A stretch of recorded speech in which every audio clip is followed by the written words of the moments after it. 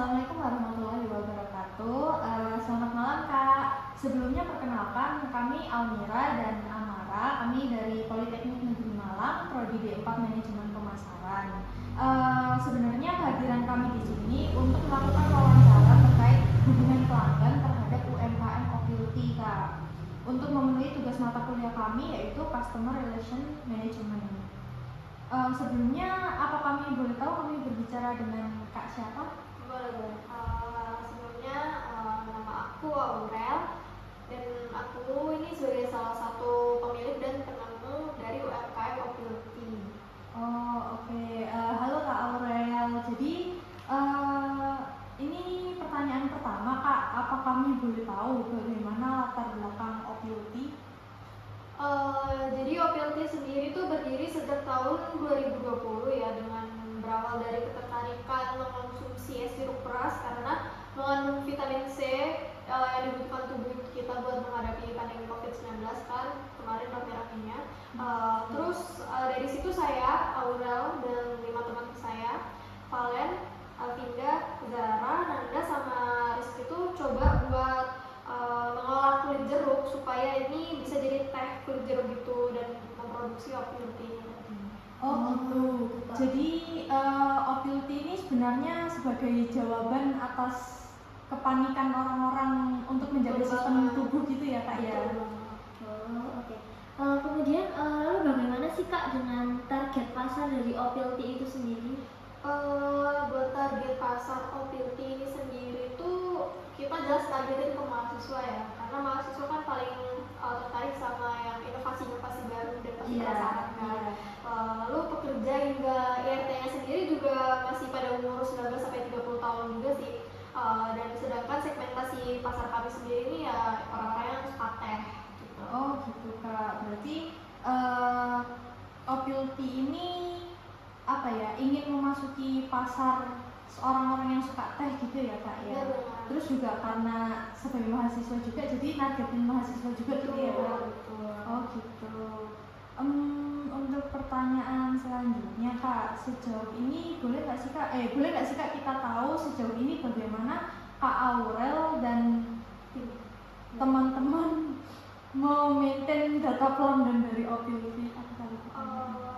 Oke, untuk maintain data kami pakai data pelanggan, cuma nyimpen data pembelian dari e-commerce saja sih, sedangkan untuk pembelian kita terbanyak itu masih dari WA dan itu juga kita belum punya backing data yang lebih proper gitu.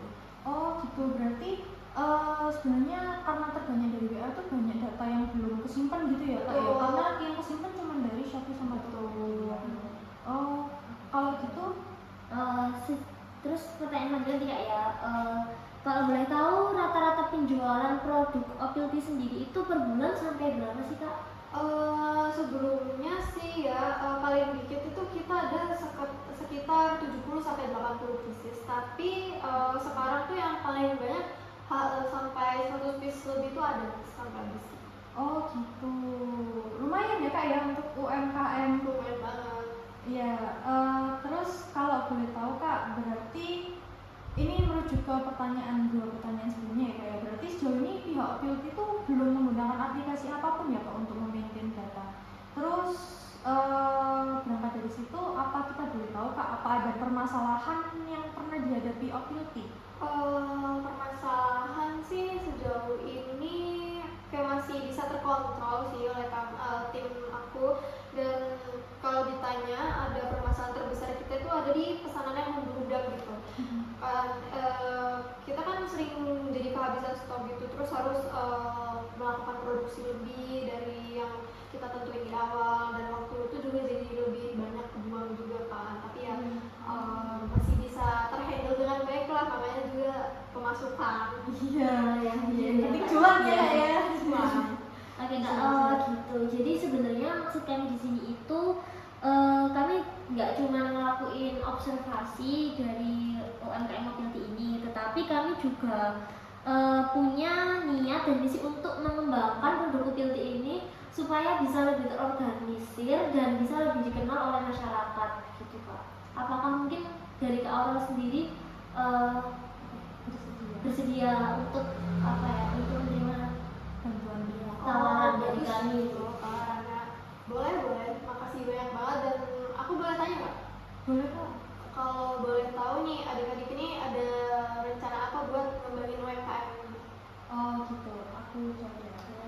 Jadi sebenarnya kak dari kami ini masih belum ada kak, karena kami harus menganalisa lagi. Terus kayak ini kan permasalahannya kami sudah dapat, terus kita juga harus menganalisa lagi sesuai dengan kebutuhan UMKM Opilty ini. Tapi mungkin dalam minggu ini akan kami kabari secepatnya kak. Kira-kira boleh nggak ya kak kita masih tetap kontakkan lewat WA? Boleh banget. Boleh. Untuk ada kalau misal iya kalau misal ada pertanyaan-pertanyaan lagi boleh ya kak ya kami Bisa langsung. Maaf ngerepotin ya kak ya. Iya. Kayaknya dari kita segitu dulu ya kak ya. Oke. Terima kasih banyak buat waktunya karena udah menyempatkan Oke, kita. terima kasih kak. Terima kasih kak. Kita kepoin langsung yuk proses produksinya. Proses produksi dimulai dari pengumpulan dan penyortiran bahan baku kulit jeruk yang diperoleh dari para pedagang es jeruk peras. Kulit jeruk dengan kualitas bagus akan dipilih dan dilakukan proses pencucian dan perendaman untuk membersihkan kulit jeruk dari bakteri dan sisa-sisa kotoran yang masih menempel. Kemudian, barulah kulit jeruk yang sudah bersih akan dilakukan proses pemarutan dengan mesin pemarut. Tujuannya menghaluskan bahan untuk mempermudah proses pengeringan. Kulit jeruk yang sudah halus ditata di atas loyang tray dan akan langsung dikeringkan melalui mesin food dehydrator selama kurang lebih 6-7 jam dengan suhu 80 derajat Celcius. Penggunaan food dehydrator ini berfungsi untuk mengurangi kandungan air di dalam kulit jeruk tanpa menghilangkan dan merusak kandungan gizi dan nutrisi di dalamnya. Setelah itu, kulit jeruk yang sudah kering akan dihaluskan dengan menggunakan mesin chopper.